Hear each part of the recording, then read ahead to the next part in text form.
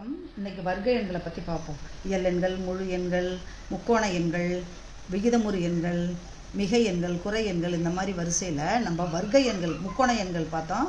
வர்க்க எண்கள் சதுர எண்கள், அதாவது இந்த வர்க்க எண்களை தான் சதுர எண்கள் சொல்லுவாங்க. இந்த சதுர எண்கள்னால் நீங்கள் குழம்பிட வேண்டாம். இந்த வர்க்க எண்கள் தான் ஓர் எண்ணை அதே எண்ணால் பெருக்குவது தான் சதுர எண்கள்.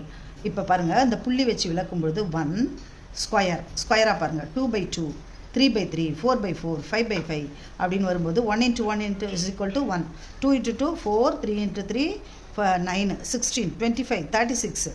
அப்போது 1 square, 2 square, 3 square, 4 square, 5 square, 6 square, 7, 8 square, 9 square, 100, அந்த 10 ஸ்கொயர் வந்து 100. இதே போல் நம்ம ஒரு 50 வரைக்கும் நம்ம நம்பரை தெரிஞ்சுக்கணும்.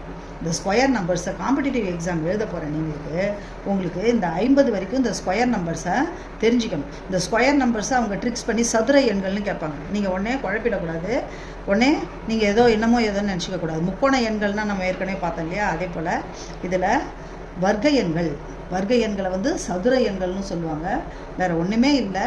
நீங்கள் ஓர் எண்ணை அதே எண்ணால் பெருக்க கிடைப்பது தான் இந்த வர்க்க எண், அதே தான் சதுர எண்கள்.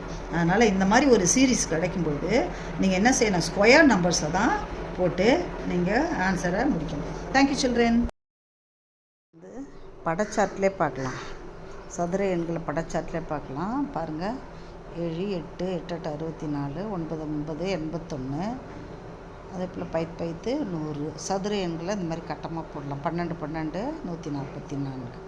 இந்த மாதிரி நம்ம சதுர எண்களை, வர்க்க எண்கள் தான் அந்த சதுர எண்களை கொடுப்பாங்க. ஒரு எண்ணை அதே எண்ணால் பெருக்குவது தான் இந்த சதுர எண்கள்.